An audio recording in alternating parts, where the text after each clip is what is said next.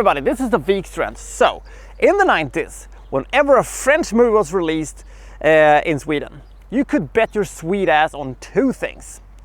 It was going to do some pretty moderate success at the box office, but it was going to do absolute gangbusters when it came to the critics.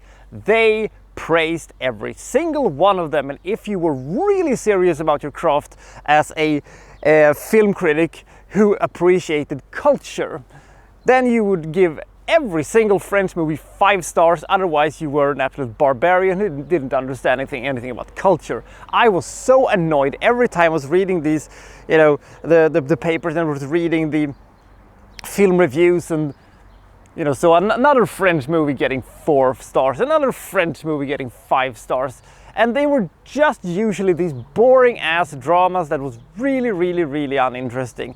Side note, I really like French cinema. I've seen a lot of French movies that I think is really good.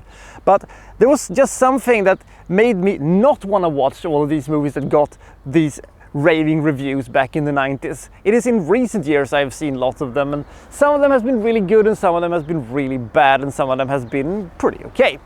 The thing is that the movie we're going to take a look at today, Place Vendôme, it took me 23 years to see it after it was released in Sweden, and I didn't know what the movie was back then. I just read that, okay, another French movie that got 4 stars for being, a cultural achievement, blah blah blah, all that good stuff.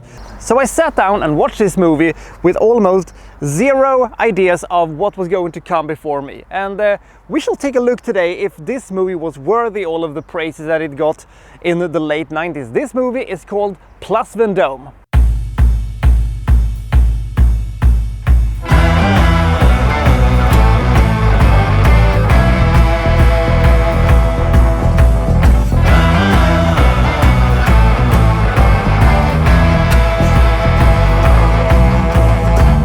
This movie takes place in the jewelry industry in France, and we're having this very respected jewelry whose reputation is being questioned because there is rumors that he has stolen some gems under mysterious circumstances, and maybe his business is going out of business. His wife is struggling with alcoholism and mental illness and is mostly drunk and or depressed.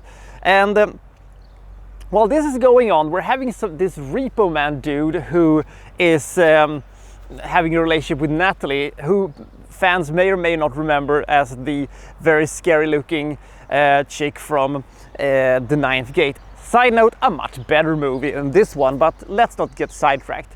She also gets sort of in contact with this stolen jewelry, and maybe she's gonna try to sell it or something like that. To tell you the truth, I didn't know. When this movie had been going on for, I think it was 1 hour and 15 minutes, I still hadn't any single clue what this movie was actually about. What does these people want? Who are these people? How are they connected to each other? I was just so confused. This movie was really struggling to find a reason to exist. I couldn't really figure out what we were watching, why we were watching this. I was just about to write this one off as a complete waste of time and a complete artsy-fartsy nonsense movie. But then they had this pretty brilliant flashback that made me go, oh, this is what have been going on all the time. I like this. And I thought to myself, maybe I've just been a bit impatient and maybe this movie can pull out an Hail Mary here at the end. Spoiler, it did not.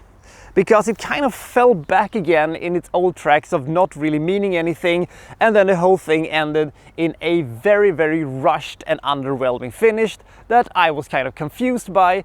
And the whole thing felt like they had an idea somewhere in here for a movie, but it felt like huge parts of this movie was missing, or the fact I may have snoozed off from time to time just because it was pretty boring.